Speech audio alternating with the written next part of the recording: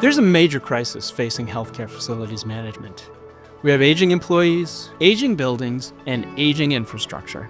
We've created the Healthcare Facilities Network, a content network designed specifically to help solve for these three pressing issues in healthcare facilities management. We bring on thought leaders and experts from across healthcare facilities management, all the way from the C-suite to the technician level, because at the end of the day, we're all invested in solving the aging issue. Thanks for tuning in. Look at our videos. You will find that as a theme across our content. This is the Healthcare Facilities Network. I'm your host, Peter Martin.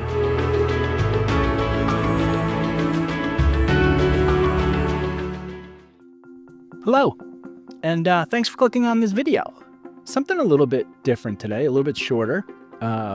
Content's a little bit different. It's just me. There will be no guest today. So I thank you as always for clicking on this video.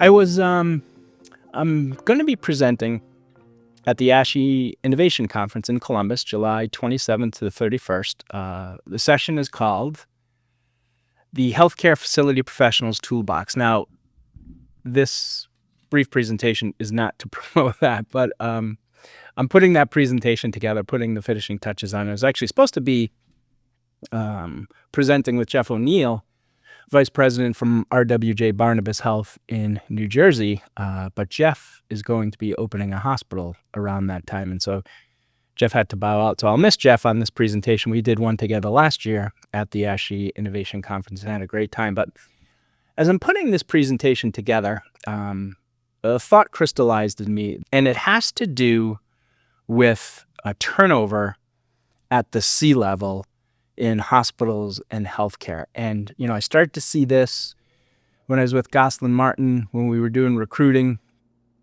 and it has continued as I've started into my new role here as Vice President of Business Development at CREF. And that is, folks talking about the turnover at that level, which happens more frequently now. I did a show last year with Jennifer Bender, who is a VP, a former vice president of HR. Now she's a consultant. She's had great experience with multinational companies. And this was one of the things that we were talking about, how turnover at the C-level is impacting across the organizations and how it happens much more frequently now than it did in the past. And if you think about it in terms of healthcare, when a general manager, let's use a sports analogy. If a general manager in hockey, basketball, baseball, the NFL, take your sports league. When a GM comes in, typically they will clean house. They will get rid of their manager. They might get rid of their talent evaluation department. Assistant coaches go. And, in professional sports, that's one thing. It's not necessarily mission critical. Sports aren't. You might enjoy watching them, but at the end of the day, if they're not there, you'll survive. When it happens at a hospital, it can be problematic. And it's happening every 3 years now where that leadership turns over. And why is it a problem? Well, obviously it's a problem for the entire organization, right? But we're concerned here with healthcare facilities management. And when C-level new leaders come in, then they come in sometimes with new agendas, and sometimes with new leadership teams, and sometimes with new plans. And as we know in healthcare, strategic planning, a building doesn't just go up in a year. A floor isn't just renovated in a year. There's a priority on strategic planning, infrastructure. We've talked this year on the Healthcare Facilities Network about the problem of aging buildings, aging employees, and aging infrastructure. Now, this is tangentially related to that because as new leaders come in, they may have new plans and they may change well-established plans. In fact, I was, a person that I know really well and I've worked with in the past in healthcare facilities management. I'm not going to say who they are because, there are many of these stories out there, but they were building a new hospital building. They were building a new ASC, new hospital president comes in. Hospital president has new ideas for how the ASC should be constructed, puts a stop to the construction. The building was already out of the ground. They were in the fit-out stage, and new president comes in and puts a stop to it, all new plans. They opened the whole process back up again. I don't need to tell you what that means in your daily job. And so it occurred to me, this is just one of those items that creates frustrations that impacts aging employees, that impacts our buildings, that impacts our infrastructure. And so again, aging CEOs, no, that's not going to be a topic.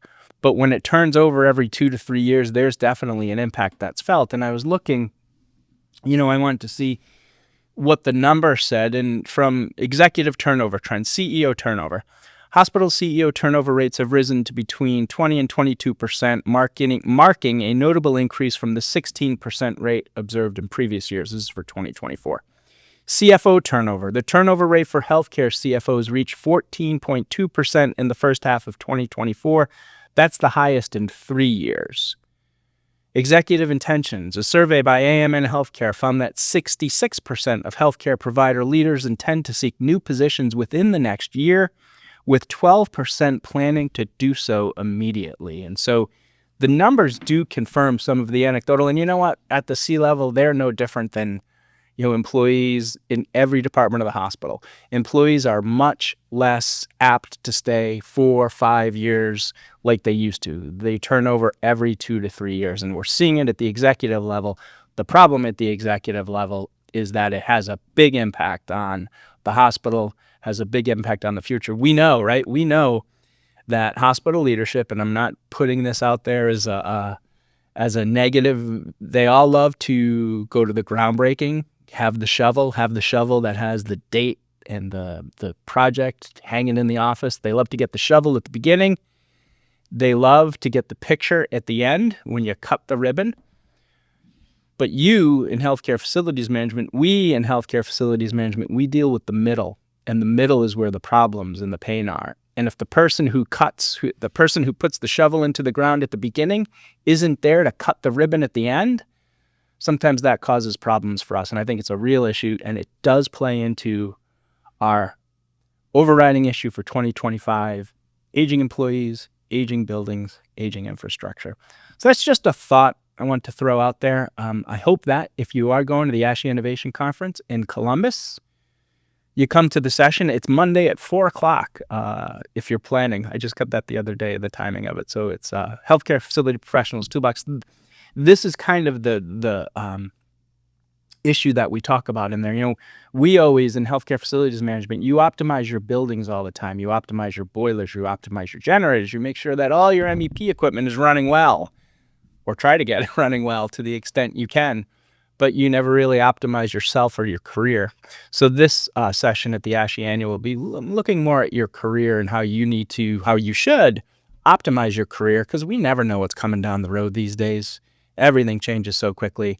CEO turnover is certainly an example of that. So thank you for clicking. This is Peter Martin, Vice President of Business Development for CREF. As always, thanks for clicking on this video. And if you have feedback for me, or if you have comments on anything I've said, if it resonates or if it doesn't resonate, feel free to reach out to me, shoot me an email, and maybe you'll find yourself on the Healthcare Facilities Network talking about turnover at the CEO level and the impact that it has on us in healthcare facilities management. Have a great day. If you want to be a guest on a future episode of the Healthcare Facilities Network, go to healthcarefacilitiesnetwork.com and let us know who you are and what you want to talk about, because together we can solve this critical aging issue.